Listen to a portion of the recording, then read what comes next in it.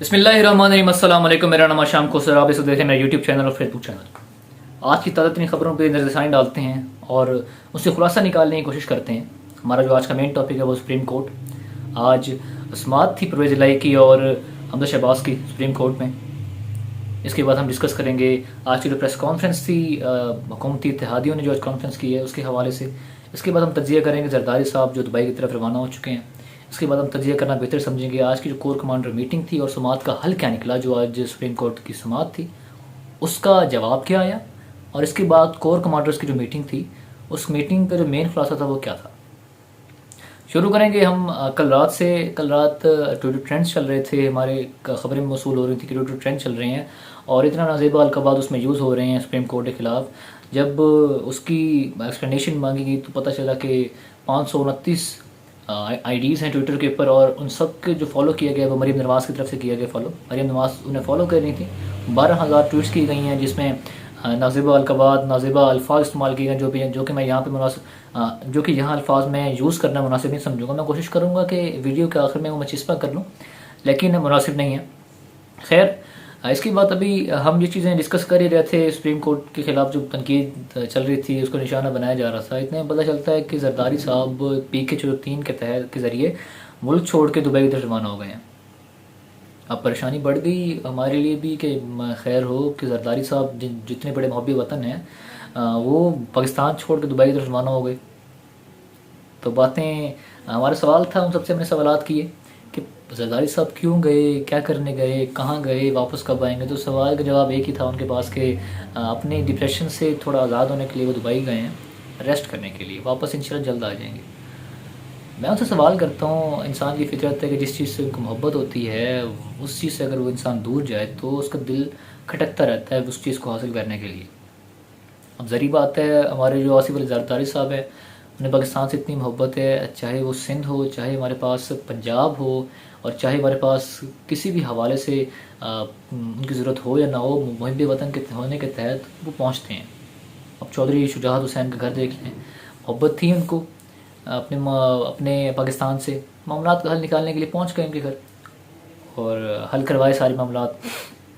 खैर, देखते हैं क्या मामलात बनते हैं। लेकिन ख़बर ये भी थी कि जरदारी साहब मुलाकात करने के लिए जा रहे हैं नवाज़ शरीफ के वफ़द से, जिनमें हमारे पास इसहाक डार साहब की भी आमद का हमें एक था।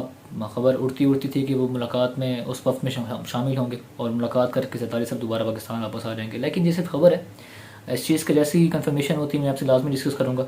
उसके बाद हम डिस्कस करते हैं आज का जो हमारे पास हुकूमती इत्तेहाद का जो प्रेस कॉन्फ्रेंस थी उसमें क्या डिस्कस किया गया। मेन मुद्दा ये था कि हमें फुल बेंच चाहिए, और दूसरा मुद्दा था वो तनकीद थी, सरासर तनकीद थी प्रेस कॉन्फ्रेंस के अंदर सुप्रीम कोर्ट के ऊपर, उनके जजेस के ऊपर।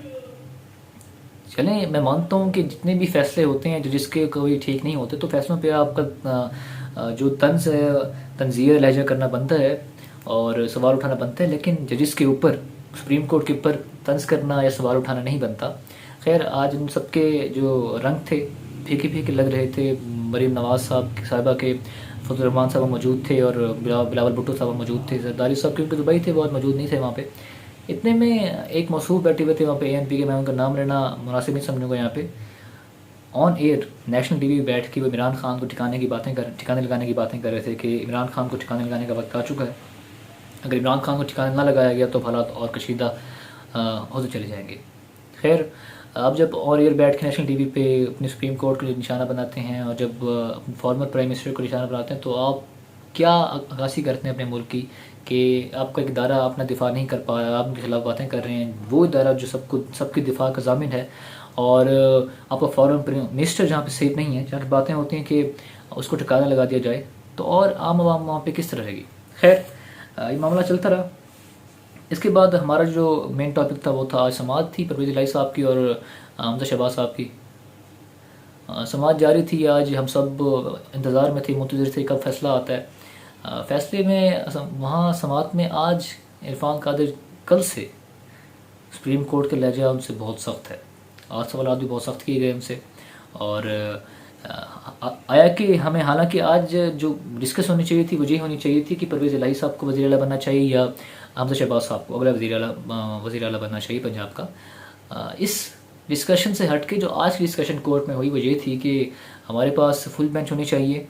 आया कि 17 जितने भी हमारे पास जजेस हैं वो सब बैठे हैं या सिर्फ ये 3 जजेस बैठे हैं। अभी हम ये सब डिस्कस कर ही रहे थे बैठ के भी कि क्या होगा क्या नहीं होगा। तज्जिया हमारा ये था कि सिर्फ ये 3 लोग ही बैठ के हमारे पास फैसला करेंगे, और ऐसा ही हुआ।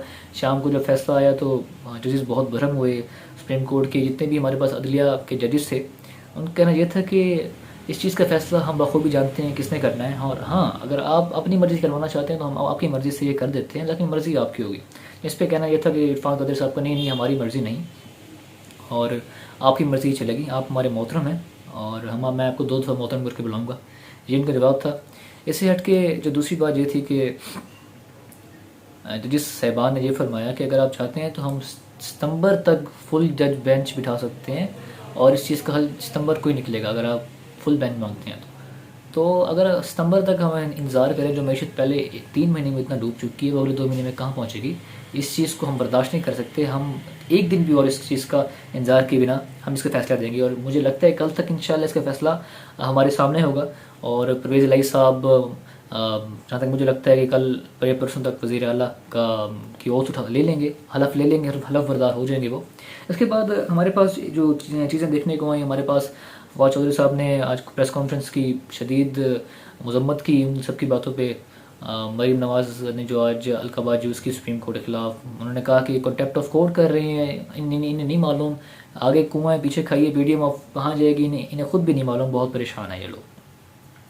तो अगर अब बुखलाड़ का शिकार है, अब जितनी बातें कर रहे हैं कॉन्टेप्ट ऑफ कोर्ट हैं ये सारे की सारे। और दूसरा तो मुतालबा ये था कि इन सब का नाम जो आज बातें कर रहे हैं इन सब का नाम ACL में डाला जाए, जो कि सही बात है, मुतालबा ठीक है कि इन सबको रोका जाए, पाकिस्तान में बाहर ना जाने दिया जाए। और इसके बाद राना सनाउल्लाह आते हैं हमारे पास, प्रेस कॉन्फ्रेंस करते हैं, सही मुतालबा कि हमें फुल बेंच चाहिए, फुल बेंच से हट के हम बात नहीं करेंगे। तो उस चीज़ का मैंने आपको हल बता दिया। शाम को उस चीज़ का हल निकल आया, कोर्ट ने बता दिया कि हम फुल बेंच देने से कासिर हैं सितंबर तक, तो हम खुद ही इस चीज़ का फ़ैसला करेंगे और वो अपनी फ़ैसला होगा।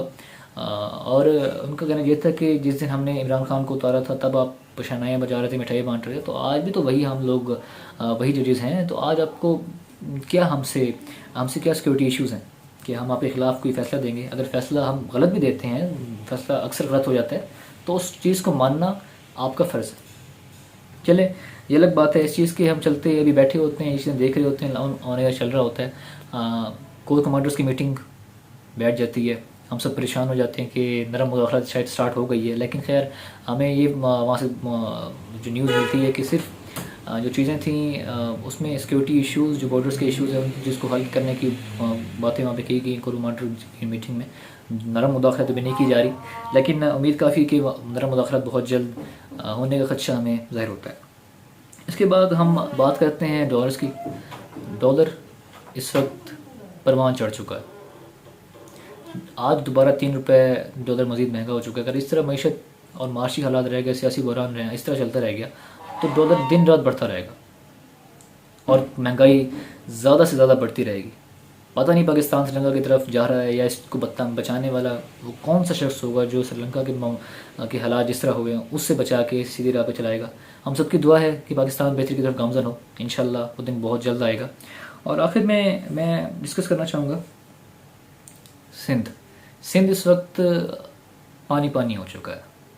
सिंध इस वक्त सारा का सारा डूब चुका है। कारोबारी हजरात रो रहे हैं, घरेलू अशिया सारी तबाह हो चुकी हैं, जितने भी मतलब रोज़मर्रा के काम थे वो सारे ख़त्म हो चुके हैं। तो अब सबसे मैं इल्तिजा करता हूँ कि दुआ करें, क्योंकि उनके लीडर्स तो पंजाब में आके बैठे हुए हैं, वो तो भूल चुके हैं सिंध को। आप सबसे मैं दुआ गो हूँ और मैं ख़ुद भी दुआ गो हूँ अल्लाह के हुज़ूर। आपसे भी मैं ये इल्तिजा करता हूँ कि दुआ करें कि सिंध और जो मौसमी हालात हैं बहुत जल्द ठीक हो जाए, ताकि पाकिस्तान बेहतरी की तरफ गामज़न हो। सियासी बहरान पाकिस्तान में, माशी बहरान पाकिस्तान में और मौसम के ये हालात, तो अल्लाह ताला बेहतरी करे। इंशाअल्लाह मुलाकात होती है आप सबसे अगले प्रोग्राम में। तब तक के लिए मुझे दीजिए इजाज़त। खुदा हाफिज़।